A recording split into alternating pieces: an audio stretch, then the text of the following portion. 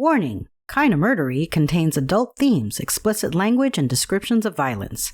It is not suitable for anyone, and we recommend you stop listening now.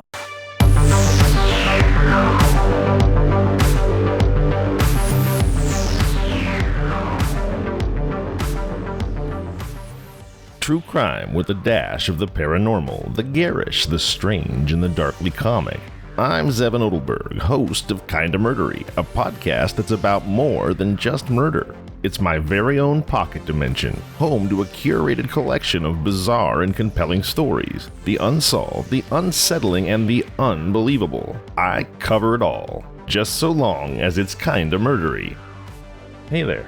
As it says in the intro, I am Zevon Odelberg, and this is Kinda Murdery. Thanks for joining me. I hope you enjoyed our last episode, Campfire Stories, with my daughter Daisy. It was a lot of fun to record it with her, and knock on wood, all Odelberg family members are now recovered from COVID-19. Thank goodness. I hope this episode finds you and your loved ones also well. Today's murder comes our way from a series of Washington Post Sunday features during the spring of 1914. In total, it's the sprawling story of the busting of a Cosa Nostra counterfeiting ring, as told by William J. Flynn, Chief of the U.S. Secret Service under President Woodrow Wilson. But to tell you the truth, I had trouble wrapping my head or my attention span around the intricate details of a years-long funny money investigation. So, we're going to focus the scope of the inquiry a bit and zero in on the contents of a wooden barrel with a coat thrown over it. A barrel left at the corners of Avenue D and 11th Street in New York City. So please do join me now as we uncover what truths we can and solve what mysteries we may. Kinda Murderies, Petto the Ox and the Alphabet Barrel Murder starts now.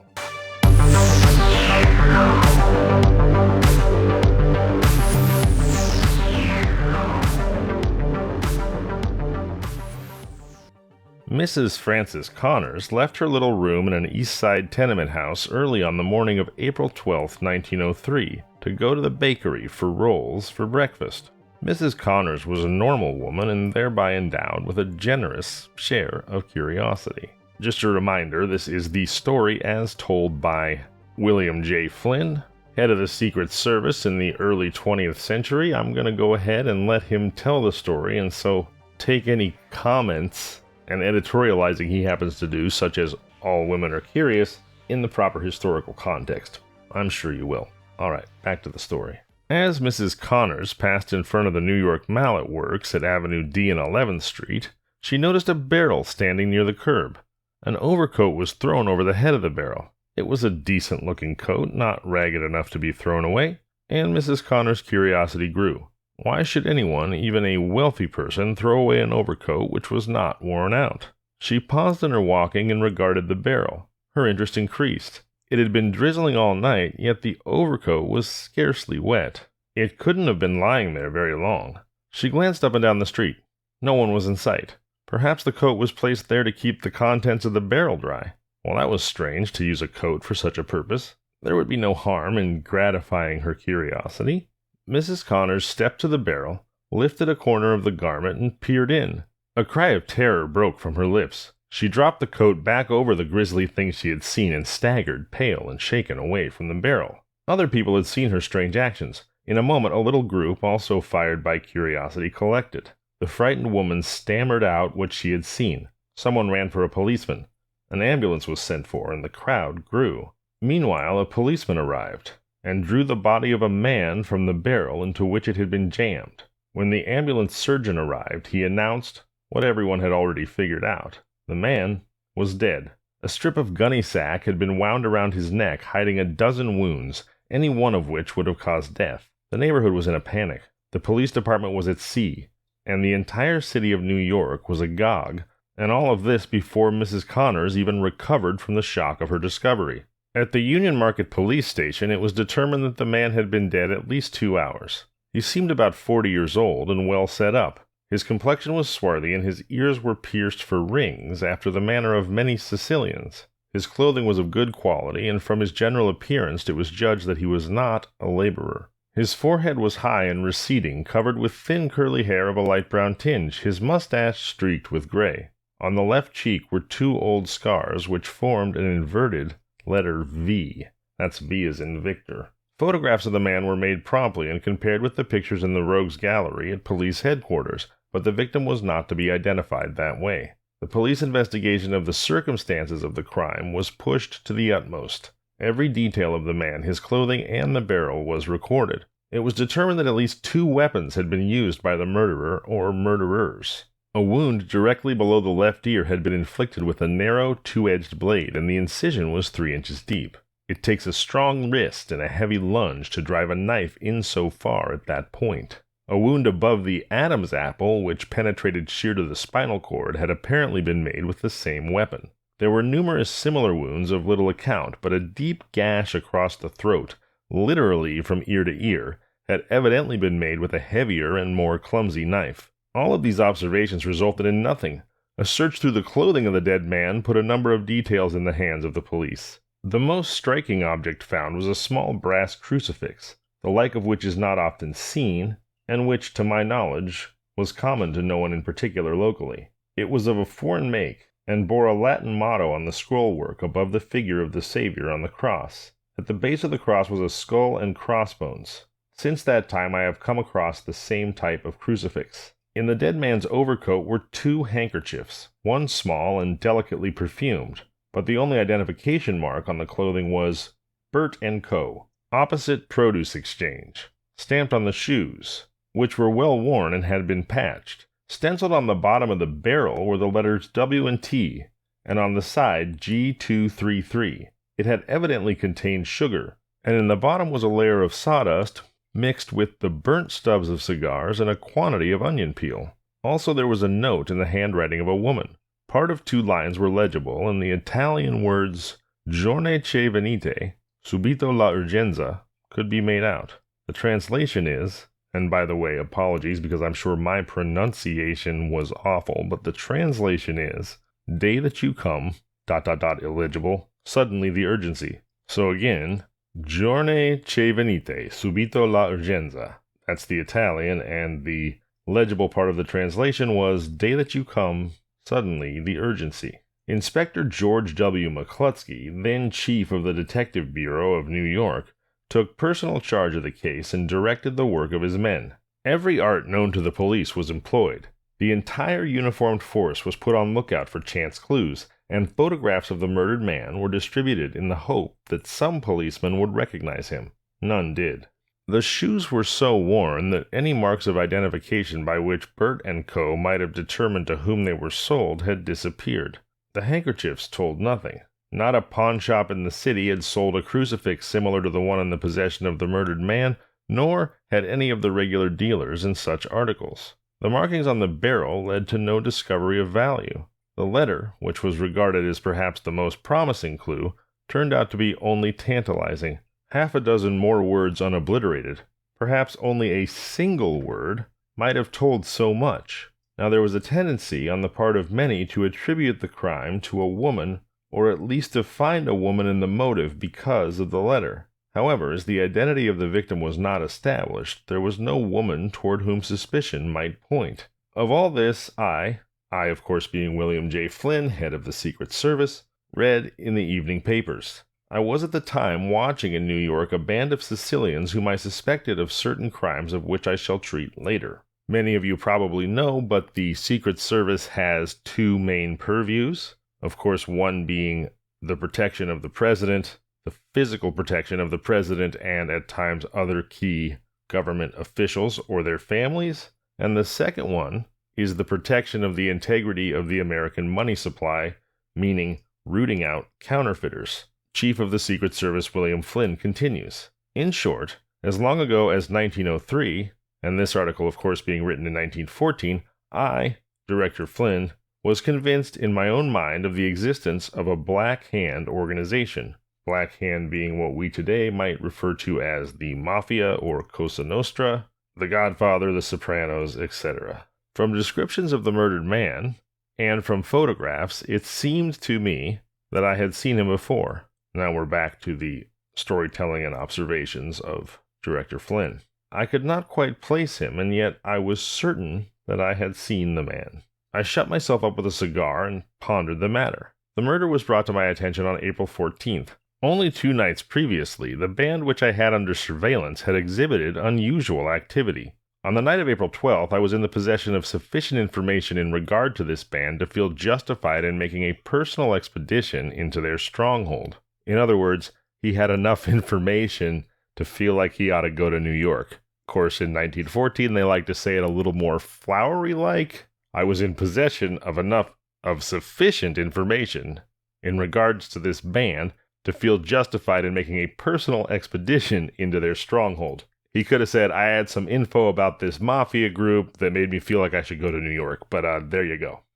Certain of my men playing the part of thieves had gained the confidence of some of the lieutenants of Lupo and Morello. Lupo the Wolf and Morello were leaders of this mafia group, and I, Director Flynn, was shaping up evidence enough to arrest them on, here you go, a charge of counterfeiting. So yep, the reason the Secret Service is looking into the mafia is because they are suspected of counterfeiting. On the evening in question, I picked up the trail of several members of the band and followed them from their counterfeiting headquarters in the cafe at Elizabeth and Princess Streets to the butcher shop of Vito De Luca in Stanton Street, east of the Bowery. The Elizabeth Street Cafe was just around the corner from Ignacio Lupo's saloon. That's Lupo the Wolf, one of the mafia leaders, in the rear of which Giuseppe Morello conducted a restaurant. In Vito De Luca's meat store, I saw Morello, who I had arrested 4 months before with a gang of counterfeiters. Morello had been acquitted, though all the others were convicted. 2 other men present at the store were Antonio Geneva and Domenico Pocarero, both of whom I knew well as members of the band I was watching. These 3 men stood in the rear of the shop in animated conversation, and while they talked, a 4th man, whose face was strange to me, stood alone on the sidewalk, near the door close to the flickering glare of the streetlight, smoking. The 3 men were evidently arguing, and presently they hung up a piece of bagging as a curtain at the door to the street. I knew the men were still talking behind the curtain when a covered wagon stopped in front of the shop and 2 men left it and entered the store. One of them came out almost immediately and drove away. Shortly after 8 o'clock, the visitors to Leduca's place left. They divided into 2 groups. The stranger went toward the Bowery with Morello and Pecoraro. All this on the evening of April 12th. Now, as I sat smoking and pondering the whole thing 2 nights later, the feeling grew that the stranger I had seen in the little butcher shop and the man who was found in the barrel might be one and the same person. Yet the pictures did not seem to portray the same features exactly as I remembered them, and the suit of the dead man was described as blue, while I remembered him to be clothed in brown. Of course he might have changed his clothes before meeting his death, but this didn't seem likely. I couldn't eliminate from my memory the covered wagon I'd seen 2 nights before. It seemed to possess me. Finally, I gave up on finding the reason for its presence and the unusual conduct of the drivers. The more I thought, the more I believed that the means by which the dead man had been transported from the place where he met his doom to the pavement on Avenue D was in that wagon. The men were Italians and associates of the Black Handers. Then again, the fact that the men in Leducas had been afraid of being seen and had hung the bagging over the glass door, and the stranger standing apart on the street just outside the door where he could not hear the talk, all strengthened my suspicions that the man in the barrel was the man I had seen. I knew much of the inside working of the gang, and I felt in some way that the stranger had incurred the hatred of the Black Hand.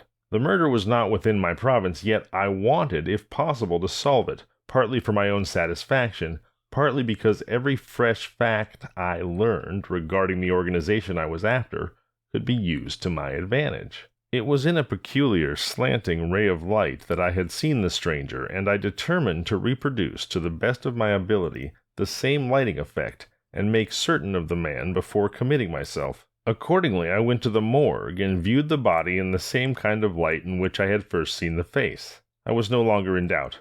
The dead man was the stranger of Leduca's butcher shop. To prove this, rather than just knowing it, was a different matter altogether. Several of my men went with me to the morgue. We measured the body according to Bertillon methods. Still, the man had not been identified, nor did his measurements correspond with any record in the Bertillon files. Just a moment. I'm curious what Bertillon methods are, so I'm going to Google it. Here we go. The Bertillon method, developed by Alphonse Bertillon, was a system used to track and identify suspects and criminals.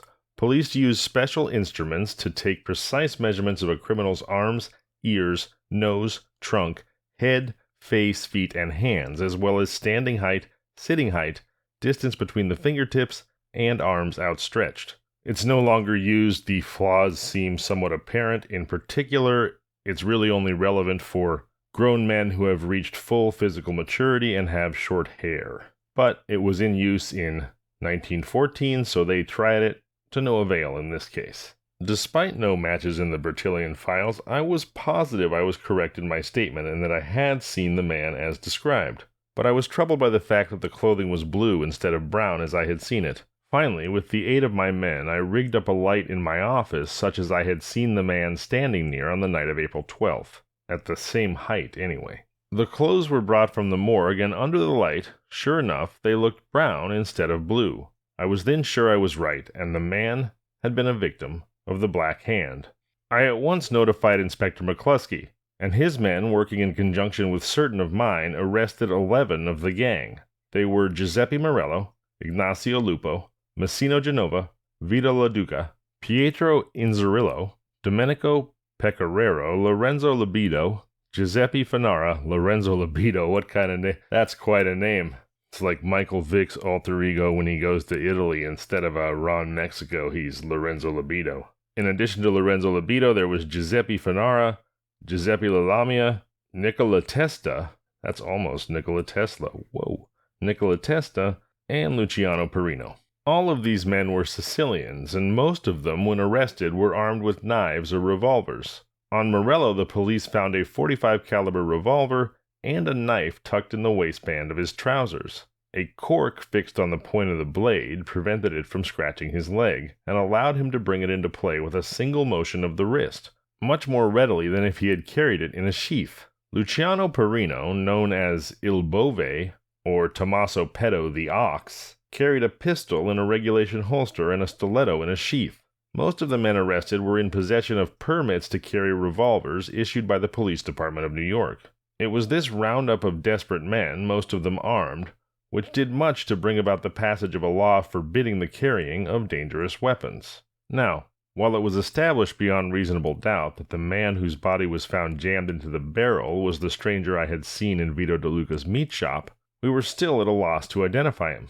The 11 prisoners were taken to the morgue, and each one separately was confronted with the murdered man and questioned as to his acquaintance with him. When Morello, whom I had seen walking with the murdered man, viewed the body, he showed not the slightest sign of recognition or of agitation, though my Secret Service men and police detectives watched him as an animal does its prey. He shrugged his shoulders and volunteered the statement, "Dunno." Domenico Pecoraro, whom I'd also seen with the victim when he left the butcher store, was similarly as loquacious. In other words, he wasn't. He shrugged his shoulders as only an Italian can and varied the formula by muttering the words, "No understand." The other 9 prisoners denied all acquaintance with the victim of the murder. None of them had ever seen him, they said. We then hoped that relatives or friends would claim the body and thus establish the victim's identity. But for all we could tell after days of waiting, he had died without a single friend, with no relative to care whether he went to Potter's Field or not. Potter's Field being where they would bury impoverished people in unmarked graves. The police redoubled their efforts, but to no avail. Every clue, and there were few enough of them as it was, led to nothing. Each new line which was run down to no purpose, and all left the case more baffling. Joseph Petrosino was at the time in the Italian squad of the New York Detective Bureau. He received an anonymous letter telling him to keep off the case and describing the murder as a vendetta, which seemed to the writer of the letter sufficient reason for the barrel crime. Petrosino showed this letter to me. Here was a clue worth following.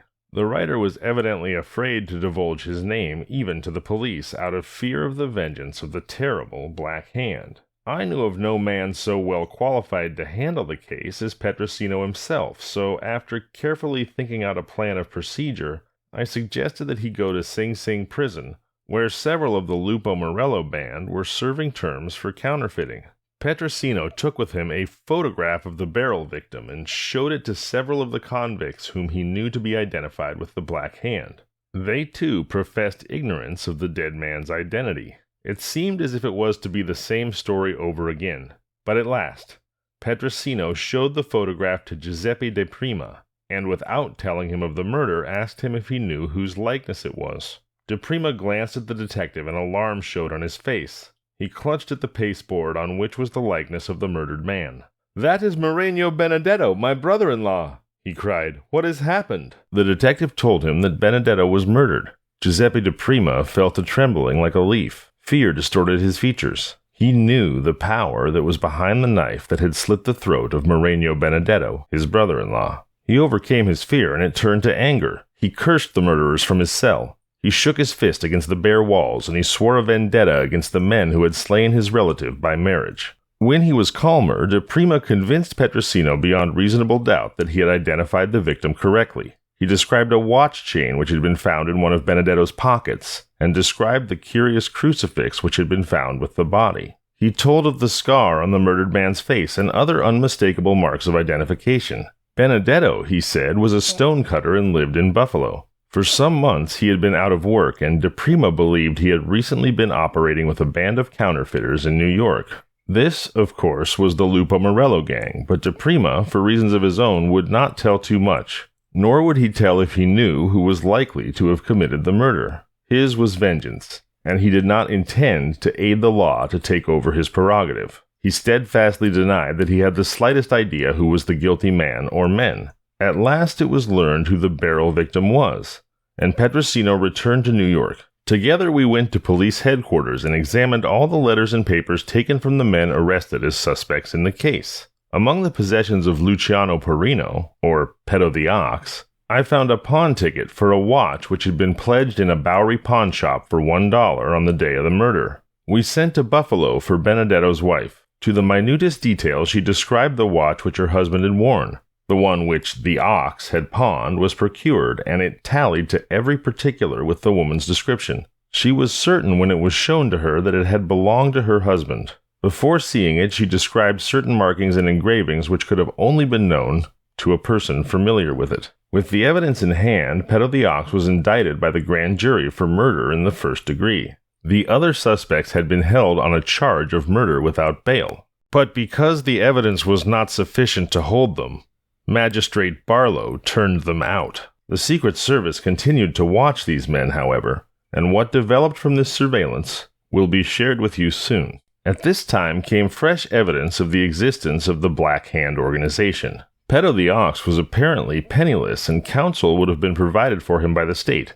But suddenly, apparently from nowhere, a great fund was raised. High-priced counsel was engaged to fight his case in court, and money was spent freely in a campaign for his release. This money, for the greater part, was contributed by members of the Black Hand. Some of it was wrung from terrorized Italians, some of it was begged from the compari or godfathers of members of the gang. Every Sicilian has 2 compari, and they are bound to aid their charges when they are in trouble. Meanwhile, the police worked tirelessly in efforts to accumulate evidence against Petto. The watch, which he had pawned, was the only incriminating evidence they unearthed. I was morally certain who had murdered Benedetto, and reports from my men strengthened my belief. From information in my possession, I was certain the Black Hand organization was furnishing the funds to conduct Petto's defense. It was to my interest to find out just who were in this organization and just where the money came from, for I knew the band to be engaged in counterfeiting. It's interesting because, as I've mentioned before, as we've discussed before, the 2 goals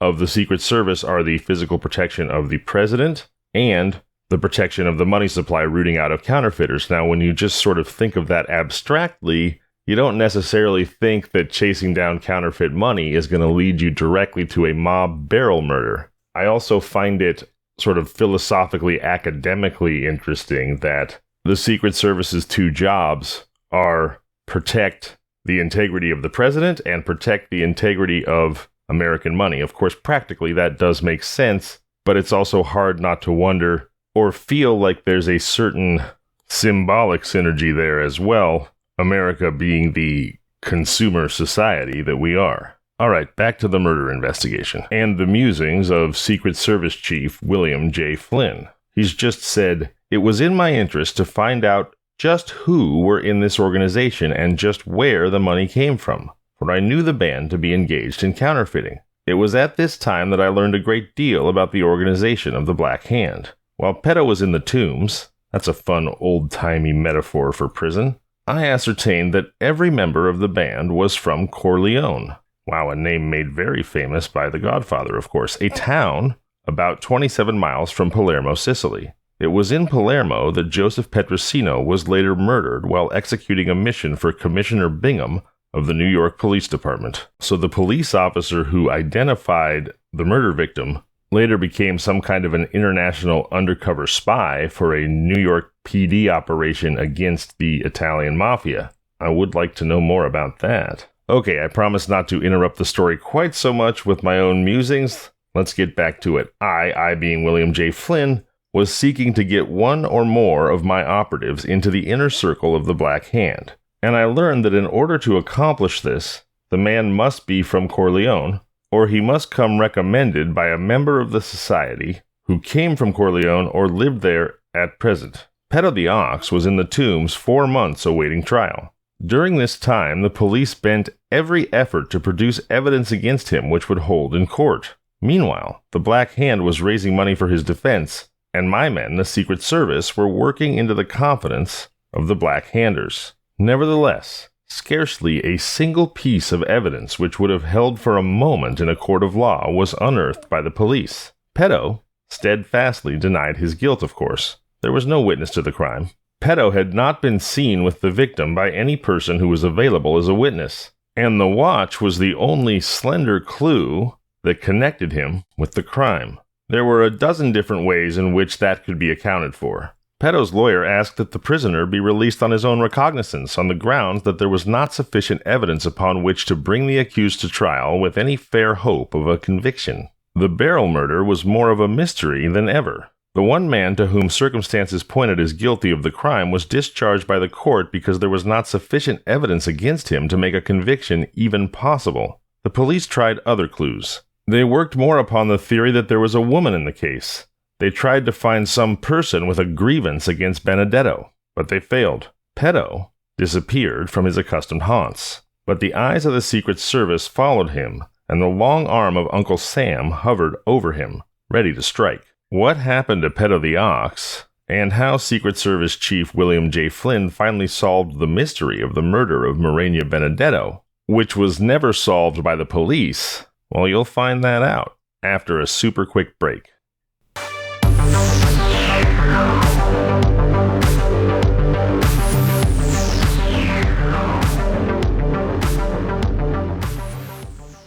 And we're back. I hope that wasn't too painful. Hey, before we jump back into the story, I wanted to remind you, as I often do, of the free 3-digit number, 988, the 24 hours a day, 7 days a week, toll-free lifeline 988 that you can call anytime to receive immediate counseling for substance use, mental health, or suicidal thoughts. So, if you find yourself in a very dark place, please do call 988. And please remember that you are loved and the world is a better place with you in it. If you'd like to reach out to someone just to make a connection and talk about your life, you can also reach out to me, kindamurdery@gmail.com, or at Kinda Murdery on all social media, or you can call the Kinda Murdery hotline, 888-MURDERY. That's 888-687-3379. I would love it if you would share a personal Kinda Murdery story from your own life. A few episodes ago, I did an episode called Kinda Murdery Stories from Zevon's real life, my real life. So if you're wondering what to share, you could go back and listen to that, but really it can be anything. Kinda Murdery doesn't have to be about murder. It can just be strange, intriguing, scary, fun, even funny. And also, if you're a person like me, I have cerebral palsy, a person who is living with a disability, and you would like to share something unique about your life experience, something that you feel like doesn't just occur to most people, please do that, either through email or social media. As I mentioned, kindamurdery@gmail.com or at kindamurdery on all social media. or do it by calling that Kinda Murdery hotline, 888-MURDERY. And you don't have to be disabled. You can just share something unique about your own life. My goal here is that we hopefully as a community, and then building that out as a country and a world, can start to build just a little bit more empathy. People who live differently than us, or people that we don't see on a daily basis, it's too easy to begin to feel like they're others, to forget that they're human beings just like us, driven by the same hopes and dreams and fears and insecurities and all that. So that's the truth of things that I'm hoping we can all share together. Also, on a lighter note, I've been trying to figure out what the name for our community for Kinda Murdery listeners should be. I know shows like My Favorite Murder call their listeners murderinos. What do you think Kinda Murdery listeners should be called? If you have any suggestions, please send them to me. And if I pick your suggestion, I'll read your name on the air and send you a mysterious Kinda Murdery prize. Alright, thanks for giving me this time. Let's get back to the story. Petto the ox, released by the courts because there was not sufficient evidence to bring him to trial for the murder of Moreno Benedetto,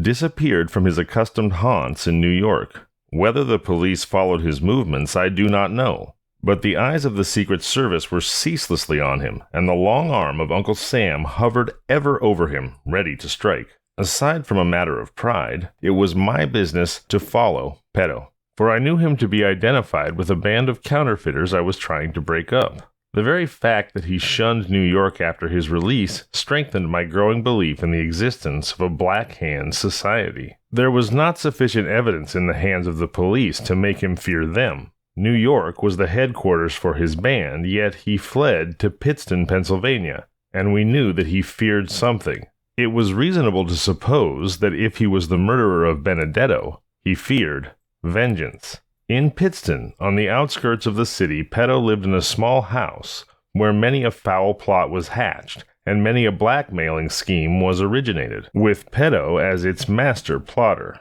The decent Italians of the district feared him as they would a plague.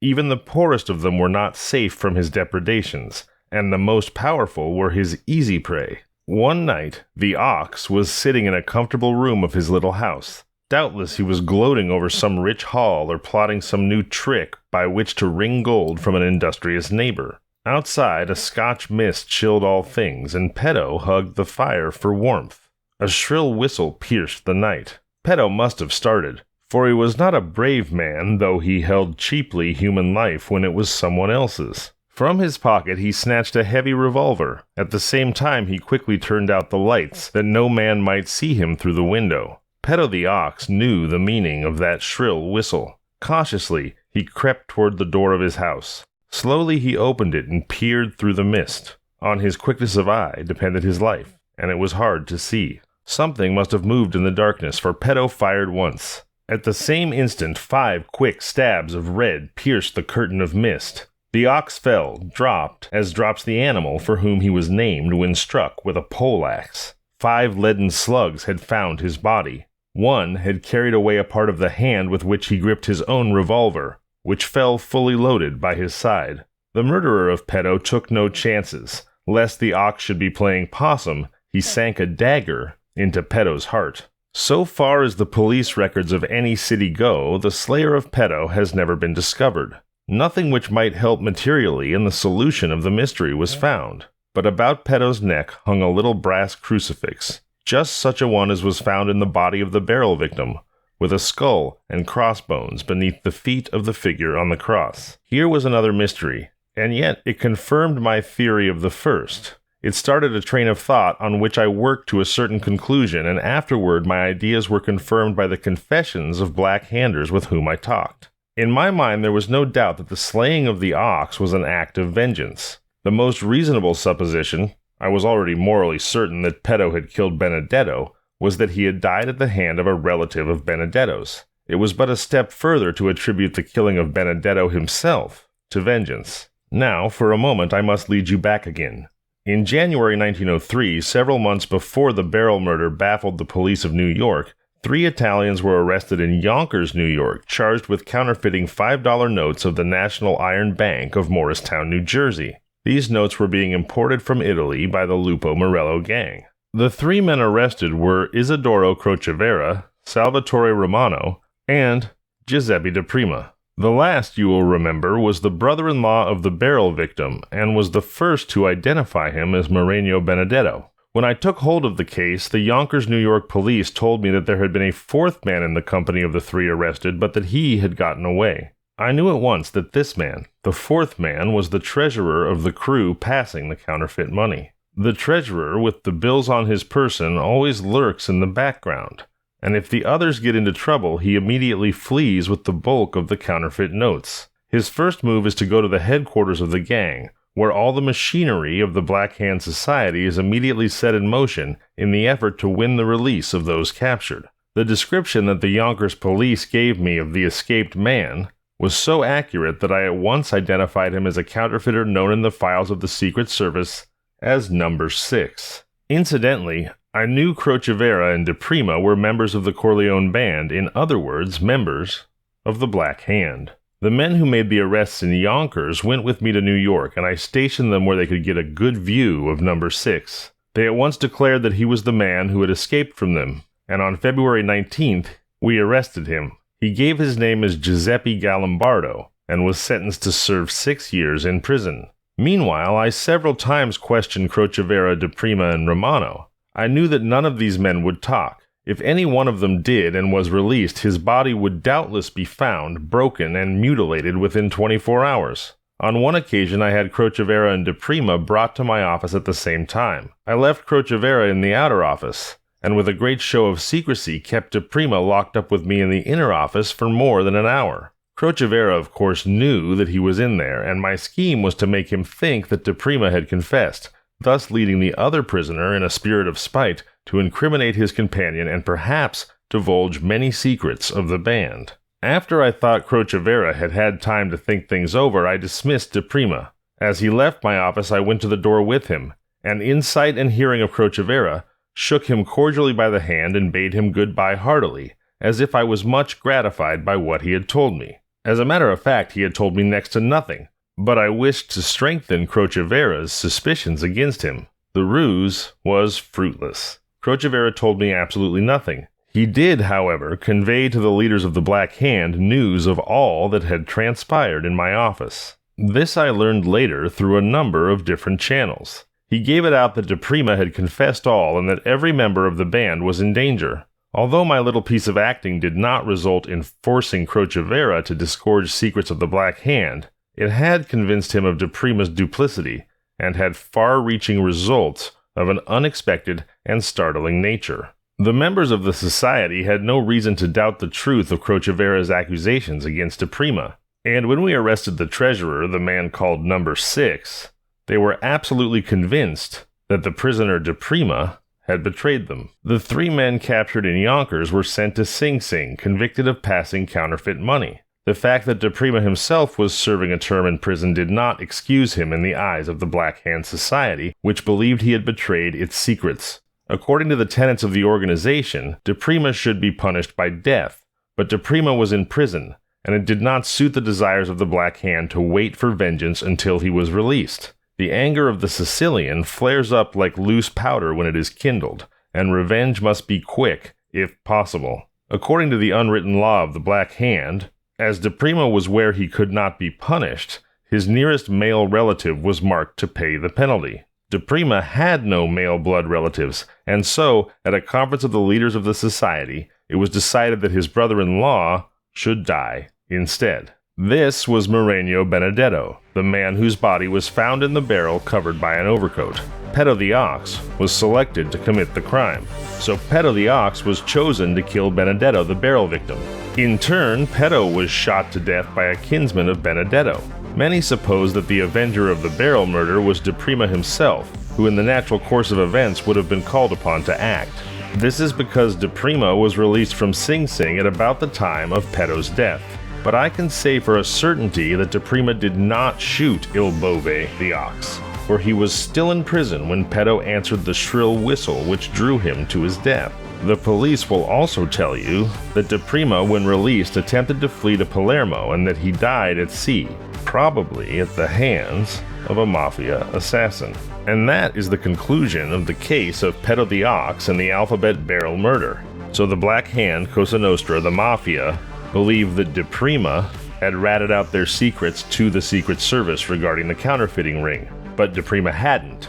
Because they couldn't kill DePrima, who was in prison, and because he didn't have an immediate male relative, they killed DePrima's brother-in-law. And by they, I mean they had Petto the Ox killed DePrima's brother-in-law. And then Petto the Ox himself was killed, likely to cover their tracks, because if there's one thing both pirates and mobsters know, it's that dead men tell no tales. Here's what I find interesting. I suppose not surprising, but interesting. You could argue in the endless chain of cause and effect that in fact, the murderer, or at least the killer, of the barrel murder victim, Moreno Benedetto, Petto the Ox, and DePrima was actually Secret Service Chief William J. Flynn, because it was his bit of office play acting, the friendliness and handshaking he engaged in with DePrima in front of Crocevera, that convinced Crocevera that DePrima had flipped on the Black Hand and set off the chain of triple murder that this story was about. And so I ask you, who killed the barrel victim, Moreno Benedetto? Was it Petto the Ox, Il Bove, or was it in fact Chief of the United States Secret Service, William J. Flynn? And does he also bear responsibility for the subsequent murders of Petto the Ox and Giuseppe DePrima? Let me know what you think. I'm Zevon Odelberg, and this has been Kinda Murdery. If you like the show, please subscribe, review, and tell your friends. You can find us on social media at Kinda Murdery or email at kindamurdery@gmail.com.